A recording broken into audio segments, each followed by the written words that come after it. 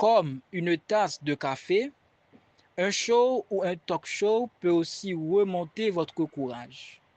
Il s'agit de la rubrique Le chrétien et la mode et qui va causer avec vous sur des points concernant la vie chrétienne.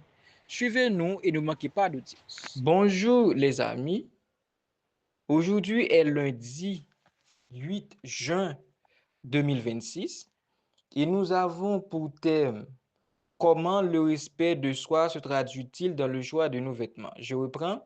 Comment le respect de soi se traduit-il dans le choix de nos vêtements?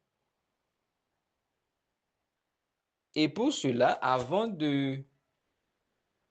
d'entrer dans le sujet ou bien de commencer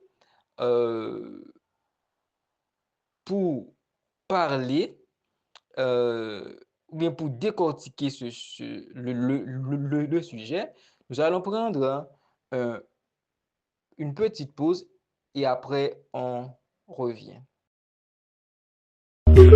Avant pas laisser comment vas-tu?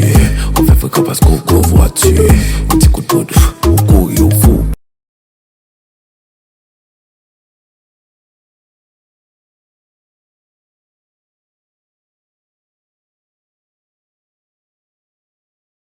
Nous avions pris tout à l'heure une belle pause et que nous sommes de retour après la pause. Nous vous disons encore bonjour. Et pour décortiquer ce sujet, comment le respect de soi se traduit-il dans le choix de nos vêtements? Je veux vous poser une question.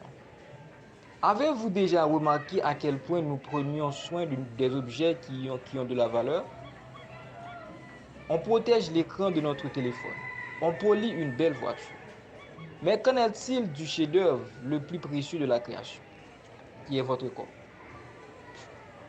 La fausse idée reçue. Souvent, on a pensé pour être un bon chrétien, il fallait ignorer son corps, le négliger, voire le cacher sous des vêtements informes pour ne pas paraître superficiel. C'est une erreur de perspective. Loin de rejeter le corps, la foi chrétienne nous invite à le célébrer, à en prendre soin et à le valoriser. Aujourd'hui, on découvre comment le respect de soi se traduit très concrètement dans le choix de nos vêtements. Le corps n'est pas une prison, c'est un temple. Nous pouvons vous référer ça dans 1 Corinthiens 6, le verset 19. Cela nous pose cette question percutante. Ne savez-vous pas que votre corps est le temple du Saint-Esprit? La métaphore architecturale, un temple n'est pas une vieille bâtisse abandonnée qu'on laisse s'effondrer. C'est un lieu sacré, souvent majestueux, dont on soigne l'architecture et l'entretien. Si Dieu a choisi votre corps physique pour y habiter par son esprit, cela signifie que votre corps a une valeur inestimable. S'habiller avec soin n'est pas un acte de vanité envers le monde. C'est un acte de respect envers l'autre divin qui vit en nous. Valoriser n'est pas vulgariser. Il y a une différence fondamentale entre valoriser son corps et le marchander ou utiliser pour attirer l'attention à tout prix.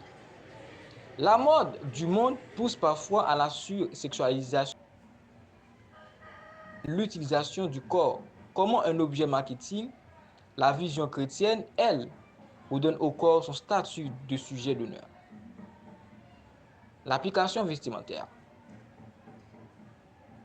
qui épouse notre morphologie sans l'exhiber de manière provocante et sans l'effacer sous des couches de négligence. C'est trouver le juste équilibre où le vêtement dit « Ce que je porte a de la valeur et la personne à l'intérieur en a encore plus. » Notre manière de nous habiller est le reflet direct de ce que nous croyons sur nous-mêmes quand on se néglige. On insulte indirectement le Créateur qui nous a tissés avec tant de soin. Choisir une tenue propre, bien ajustée, repassée et qui nous met en valeur. C'est une déclaration de dignité. C'est dire, je respecte la vie que Dieu m'a donnée. Je respecte les gens que je vais croiser aujourd'hui. Et je me respecte assez pour donner le meilleur de moi-même. On ne s'habille pas bien pour que les gens nous regardent. On s'habille bien parce qu'on sait qui on est devant Dieu.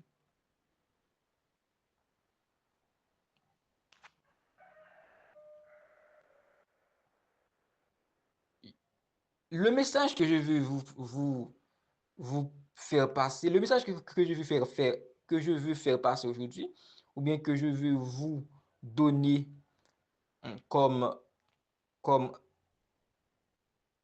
comme des leçons à retenir, c'est prendre soin de son apparence n'est pas le signe d'une foi superficielle. C'est le prolongement d'une foi qui honore le Dieu de la beauté. Le vêtement est l'écrin. Votre corps est le diamant. Ne confondez plus jamais la piété avec la négligence. Être chrétien, c'est aussi refléter l'ordre, la beauté et la dignité de Dieu à travers notre style. Prenez soin de votre temple.